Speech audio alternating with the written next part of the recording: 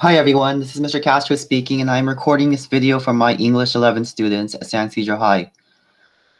Before you start taking notes on today's lesson, please make sure you have a paper and pencil ready, or you may choose to take your notes on Google Docs or Microsoft Word. If you are choosing to type your notes, please create a split screen on your computer as shown in this example. You will not have to take notes on everything in this presentation. But when you see this image, that means you should start taking notes on paper, a Google Doc, or on Microsoft Word. After today's class meeting, you'll have an assignment to complete. Here's today's daily learning target. By the end of this lesson, you will be able to identify a literary character's point of view about a particular subject as evidenced by analyzing what is stated directly and what is implied through literary techniques such as tone and irony.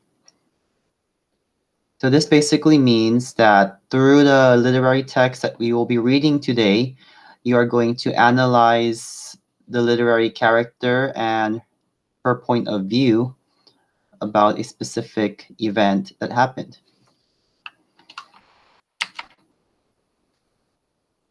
Today we are going to learn about Medusa. You might or might not be familiar with her. She is a famous character from Greek mythology, and she went through something called a metamorphosis. According to Greek mythology, Medusa was born as a human, but she went through a major metamorphosis. So go ahead and write down this definition in your notes. Metamorphosis, which is a noun, means a complete change of character, appearance, or condition.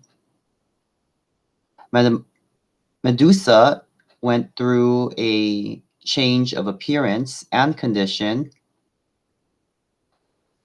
She did not originally have snakes for hair, and she also has a unique ability to turn people into stone when she looks at them in the eyes.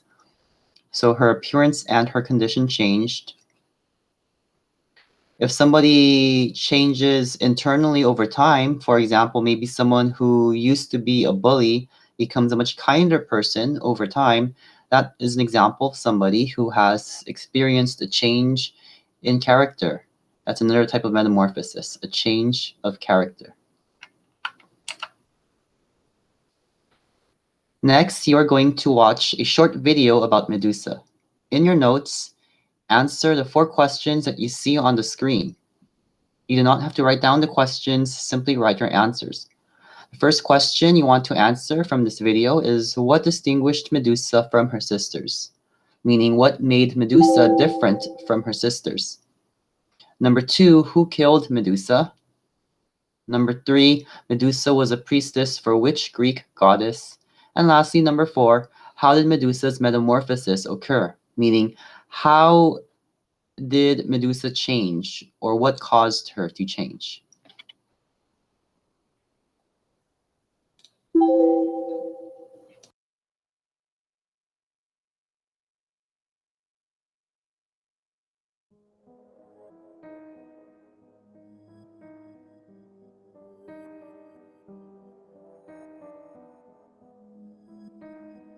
Medusa is one of the most well-known and talked about beings from ancient Greek mythology that we have ever heard of. Hunted by many warriors that wished to claim the prize of her head, many tried, and many have failed. It was said that men who gazed upon her eyes would turn to stone instantly. Medusa was one of the 3 Gorgon sisters, daughters of the sea gods, Phorkys and Ceto. Medusa, the only mortal among the Gorgon sisters, was also distinguished from them by the fact that she alone was born with a beautiful face, especially the glory of her hair, most wonderful of all her charms. Medusa was not always considered a monster. In fact, she was a mortal who was very well known for her stunning beauty until she felt the wrath of Athena, either due to her boastfulness of her beauty or because of an ill-fated love affair with Poseidon.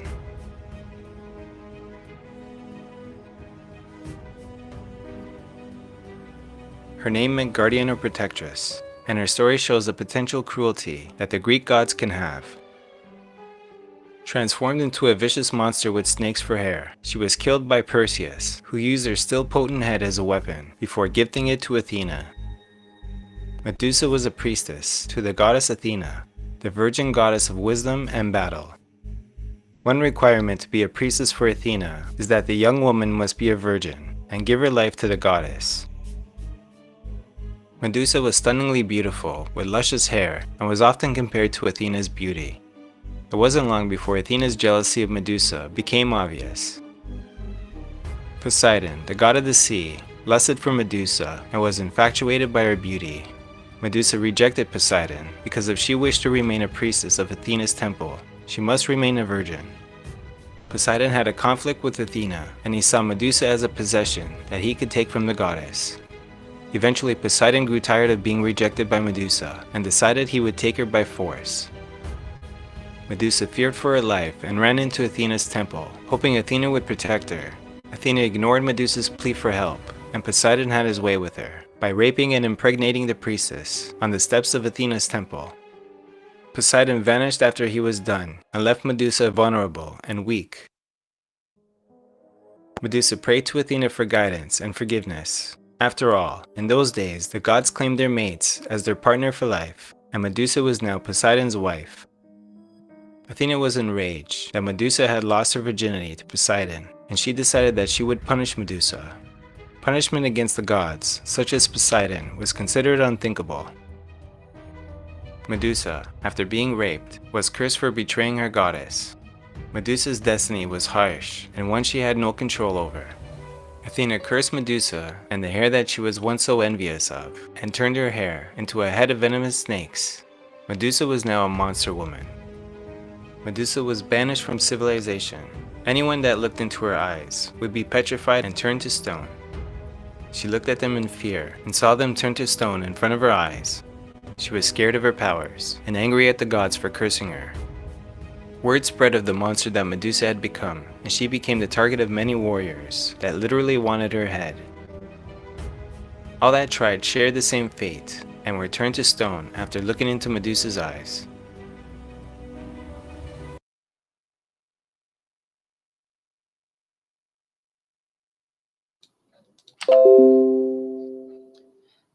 Now that we have some background knowledge about Medusa, we are going to read this poem by Agha Shahid Ali. This poem is written from Medusa's point of view, so when we read it, it's as if Medusa is the one speaking. This is a short poem with just 6 stanzas, and after we read this poem, I'll explain a few things that you want to take notes on.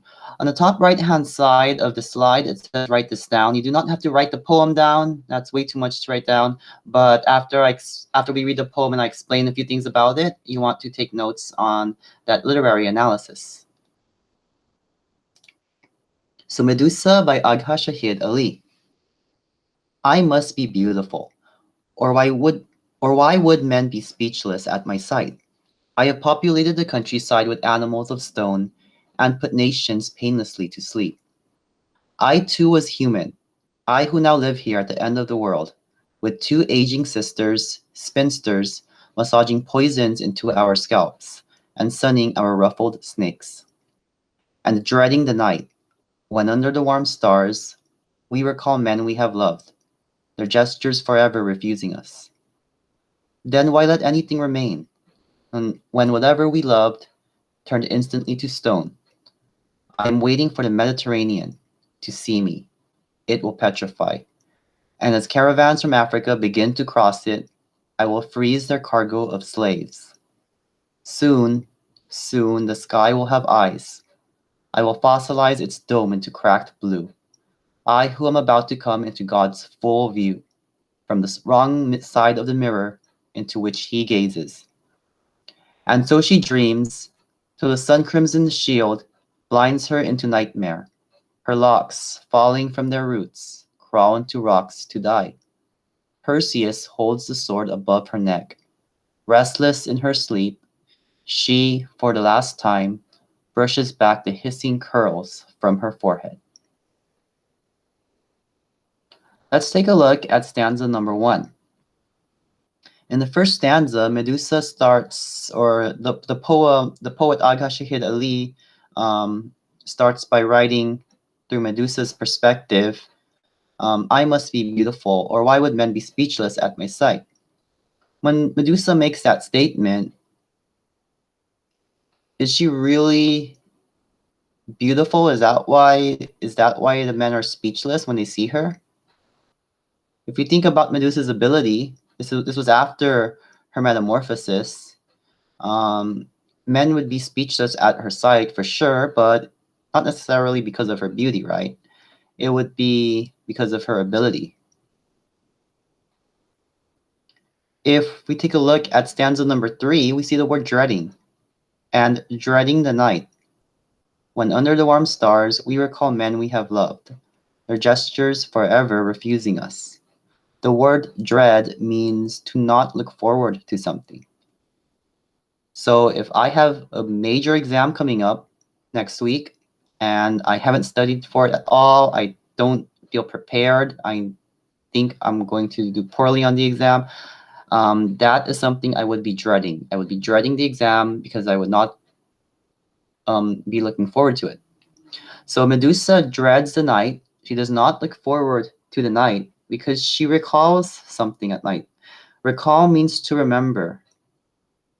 So if you look at that stanza, you want to figure out what she thinks of at night and for what reason she does not feel very happy at nighttime. If you look at stanzas 4 and 5, she kind of goes on a bit of a rant.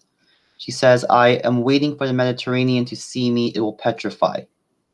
The Mediterranean Sea, of course, she can't petrify because it doesn't have eyes. And as we continue into but stanza 5, Medusa says, soon the sky will have eyes. I will fossilize its dome into cracked blue. So then she starts talking about petrifying the sky. So she personifies the Mediterranean Sea and the sky and wants to petrify, it seems, everything basically.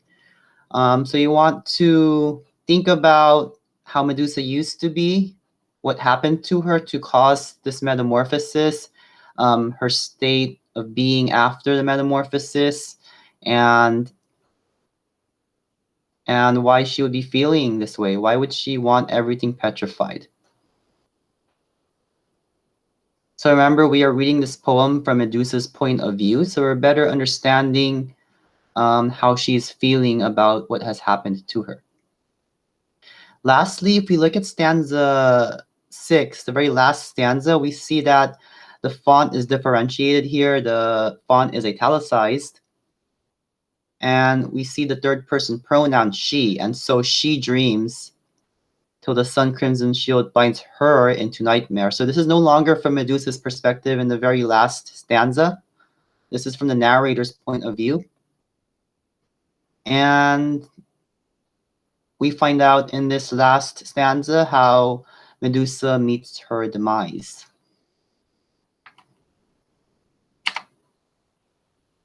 So for today's assignment, you want to go into the classwork section of our Google Classroom and open today's assignment. You'll answer some questions about this lesson. If you need to, you may go back to earlier parts of this video to help you with that assignment. And you also want to reference your notes in that assignment to help you. When you are finished turning your work, if you need any help at all with the assignment, feel free to email me at any time. You may also attend my office hours Monday through Thursday or ask for help during Friday's intervention class. Thank you, everyone. Have a great day.